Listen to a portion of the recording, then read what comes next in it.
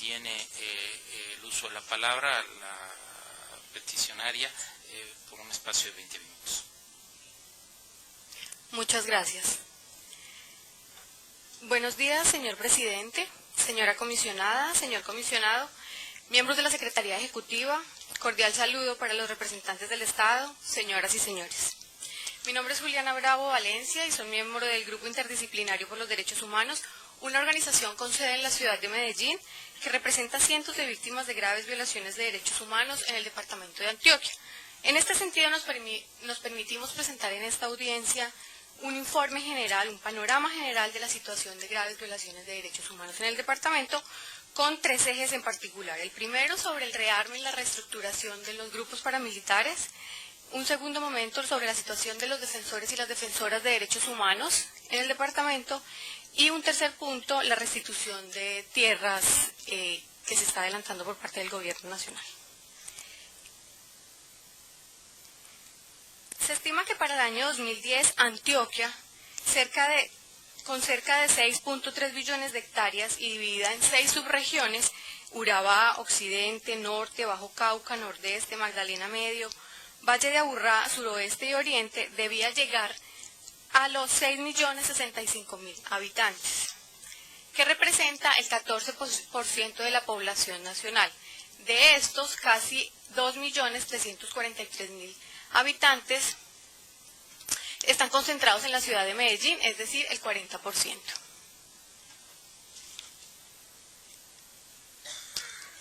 Excluyendo la capital del país, Antioquia es el departamento con mayor número de habitantes y cabeceras municipales, ubicada estratégicamente y con tierras en pisos térmicos que van desde el caliente hasta el páramo.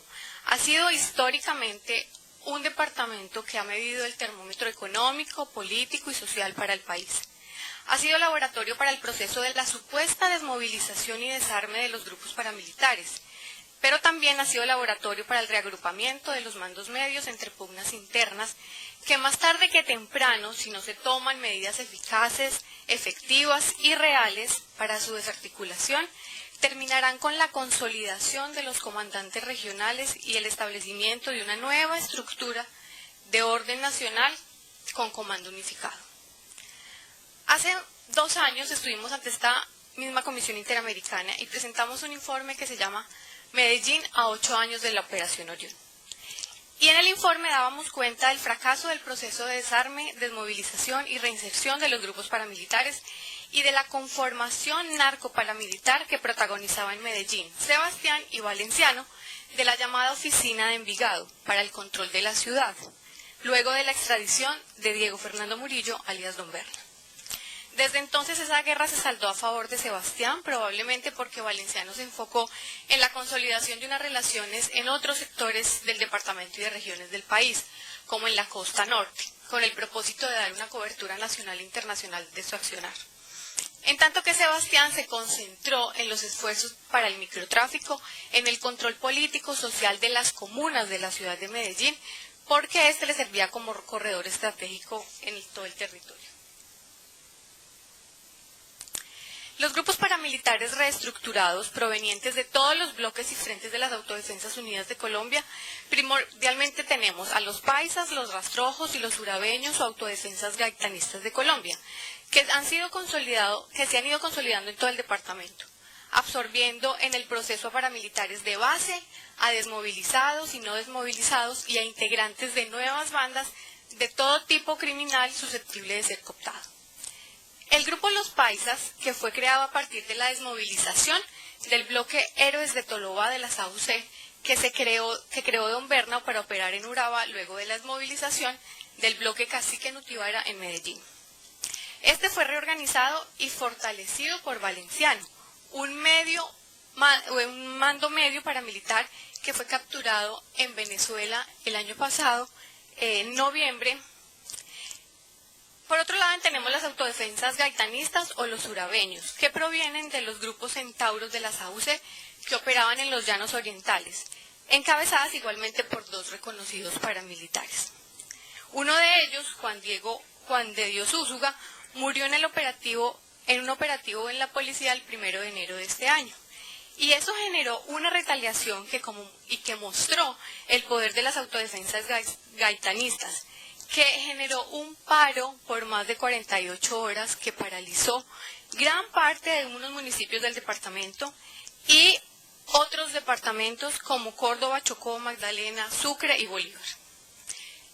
Según la Unidad Permanente de Derechos Humanos de la Personería de Medellín, con la captura de Valenciano, los paisas y los gaitanistas de Colombia o los urabeños han realizado pactos para entrar a Medellín y disputar nuevamente el control de la llamada Oficina de Envigado, movilizando paramilitares del Urabá, principalmente hacia las comunas 13, la 16 y la octava, que tienden graves violaciones de derechos humanos. El grupo paramilitar Los Rastrojos, por su parte, opera en el Bajo Cauca y en el nororiente del departamento antioqueño. Este fue construido a partir de las desmovilizaciones de los bloques Central Bolívar de las AUC que operaba en otras zonas del país, particularmente en el noreste antioqueño, el Bajo Cauca y el Magdalena Medio. Los Rastrojos eran comandados por alias Sebastián, que fue asesinado en julio del año pasado por sus propios escoltas.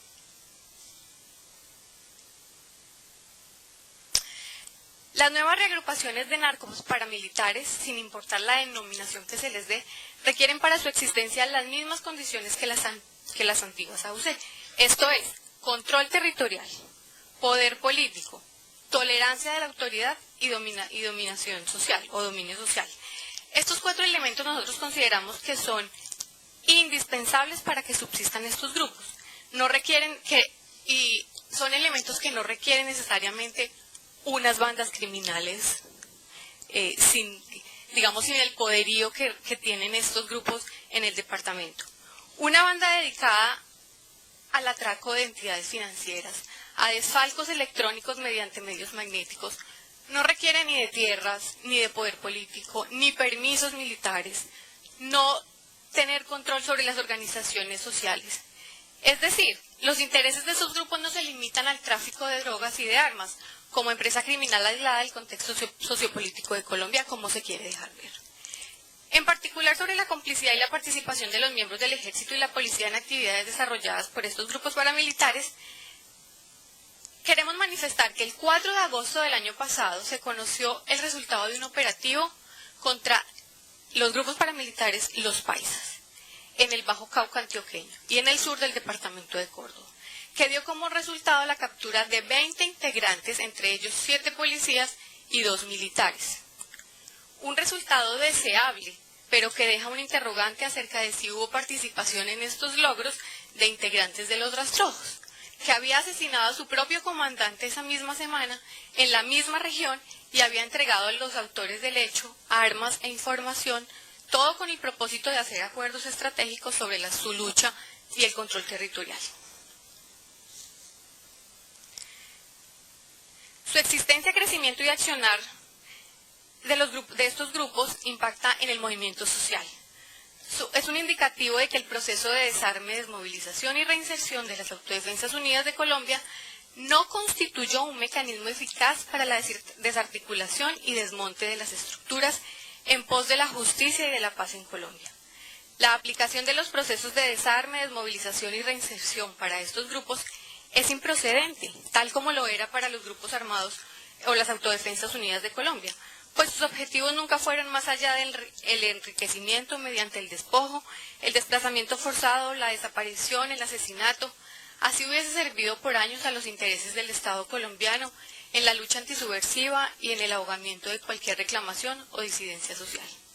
El gobierno de Juan Manuel Santos puso en marcha a principios del 2011 el plan estratégico D6, con 6 líneas de acción para acabar a las supuestas bandas criminales: desarticular, desmantelar, denegar, disuadir, direccionar y difundir.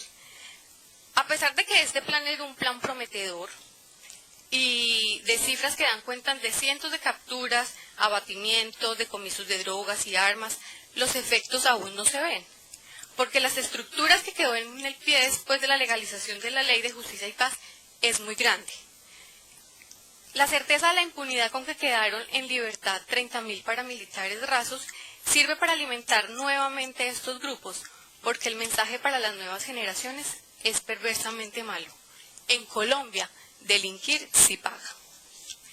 En cuanto a los desmovilizados que se acogieron a la Ley de Justicia y Paz, tienen la certeza que en pocos meses la mayoría saldrán en libertad, con fundamento en la figura de pena cumplida, pues completan 8 años de detención, que es el máximo previsto en la Ley 975 del 2005, sin que se les haya proferido una decisión de fondo. Es previsible que si no contribuyeron efectivamente a la verdad, estando detenidos, estando en libertad, no habrá esperanza.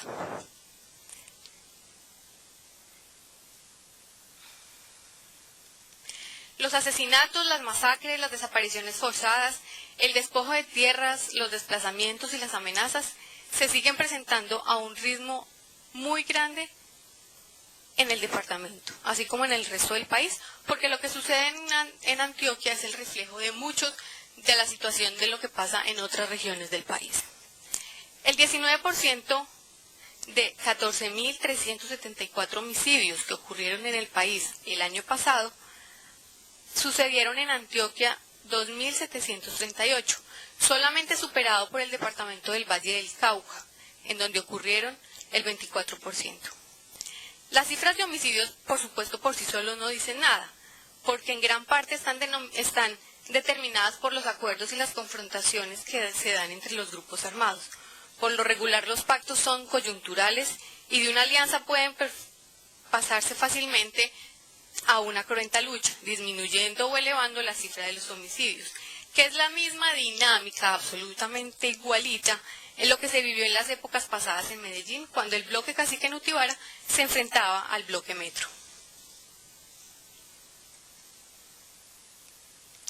Hay otros factores que indican la crisis humanitaria en el departamento, además de las tasas de los homicidios, en particular el desplazamiento forzado, propiciado por el accionar de estos grupos paramilitares.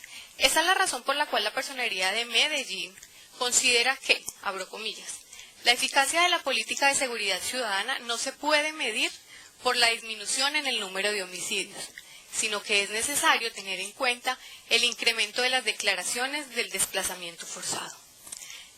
La Personería también reporta que entre el 1 de enero y el 31 de octubre del año pasado, un total de 27.460 personas declararon haber sido víctimas de desplazamiento forzado.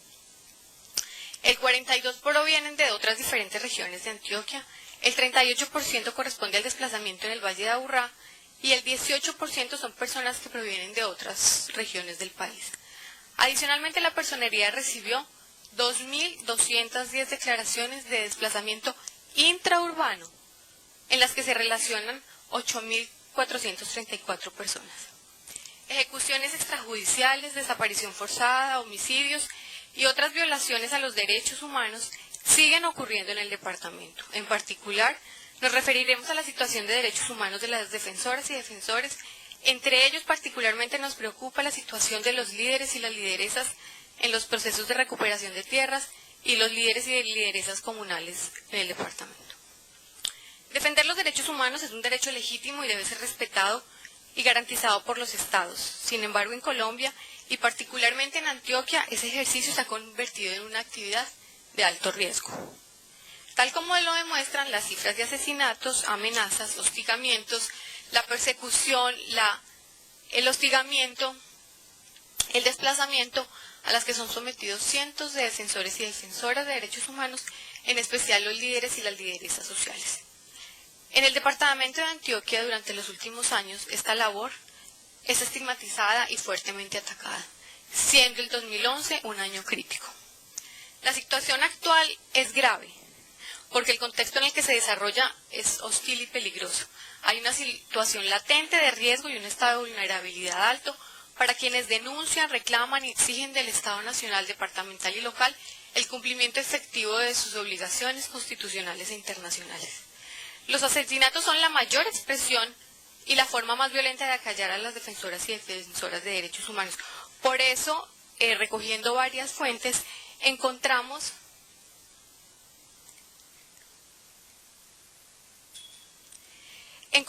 que las defensoras y los defensores, particularmente en Medellín y el área metropolitana y en el Urabá, son donde más han sido perseguidos, hostigados, pero particularmente donde mayor número de asesinatos se ha reportado. En el área metropolitana y en Medellín se registraron 22 asesinatos el año pasado, especialmente de líderes comunitarios y de líderes juveniles, lo que denota una situación muy grave por la que atraviesan las organizaciones sociales y comunitarias. El ataque contra los líderes refleja la continuidad de los grupos paramilitares en la ciudad, quienes siguen ejerciendo control social y territorial en los barrios, con el ánimo, por supuesto, de debilitar los procesos organizativos, los trabajos barriales, las juntas de acción comunal, porque, por supuesto, en este trabajo, en el contexto de estas organizaciones, es que se exige el cumplimiento de las obligaciones estatales y el respeto y las garantías de los derechos y libertades fundamentales. El Urabá, por su parte, registró 18 líderes y lideresas asesinadas, de los cuales 6 eran reclamantes de tierras, que constituye el 33.3% del total de los casos. Estas cifras realmente son alarmantes. Otro que nos preocupa es el tema o el indicador de los indígenas, quienes también han sido asesinados en el último periodo con una cifra alarmante. Para finalizar,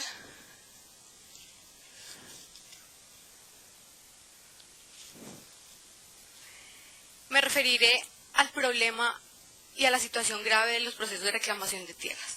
En relación con estos procesos, se han dado, por supuesto, por desplazamiento forzado y otras modalidades, y el panorama de derechos humanos es igualmente preocupante. Las amenazas, hostigamientos y asesinatos a los campesinos y activistas en estos procesos ha sido muy grande. Las violaciones aparecen no por la reclamación, sino que no han cesado desde el despojo mismo. Pero se recrudecen cuando los victimarios vislumbran cualquier pequeña posibilidad de tener que devolver las tierras usurpadas. Según los datos de la Procuraduría General de la Nación, al 31 de julio de 2010, la superficie abandonada forzadamente en Colombia es de 6.600.000 hectáreas, y eso sin contar con los territorios étnicos ni los predios superiores a 98.000 hectáreas, y a la población desplazada ascendía a 4.200.000 personas. En este contexto, y tras los fracasos de la Ley de Justicia y Paz, el año pasado, el 10 de junio, se firmó la Ley 1448, conocida como la Ley de Víctimas y Restitución de Tierras, que, si bien presenta un programa importante en este momento, lo único que ha habido y la respuesta que se ha dado por parte del Estado y, por supuesto, de los grupos paramilitares y el reacomodo de estas estructuras, es una violación grave de las personas que han liderado estos procesos, porque ellos también reclaman y dicen no hay restitución. Estamos hablando de otra cantidad de situaciones con relación al agro en Colombia, pero no necesariamente tienen que ver con la restitución que es producto del desplazamiento y del despojo por parte de la fuerza de grupos paramilitares y de la fuerza del Estado. Con toda esta información y ante la grave situación de derechos humanos que vive el departamento, queremos solicitar a la Honorable Comisión lo siguiente. Primero, instar al Estado colombiano para que de manera inmediata y en aplicación de la normatividad vigente solicite el retiro de los paramilitares que se acogieron a la Ley 975 y que no cumplieron con los requisitos exigidos por la misma para que sean juzgados por la justicia ordinaria, a fin de que los hechos no queden en la impunidad y cese la repetición de los mismos. 2. Supervisar y monitorear las medidas cautelares otorgadas a favor de los y las defensoras y exigir al Estado colombiano la adopción de medidas de protección eficaces. Realizar con el beneplácito del Gobierno Nacional una visita in loco en el transcurso de este año y que dentro de dicha visita monitoree especialmente la grave situación de violaciones de derechos humanos en el departamento de Antioquia y en otros departamentos con similares condiciones. Y cuarto, que realice un seguimiento y monitoreo del proceso de restitución de tierras que se adelanta en el país y especialmente que supervise y solicite información al Estado sobre los graves hechos que se han presentado contra líderes y lideresas campesinos en el departamento, principalmente en la subregión de Urabá. Muchas gracias. Gracias a la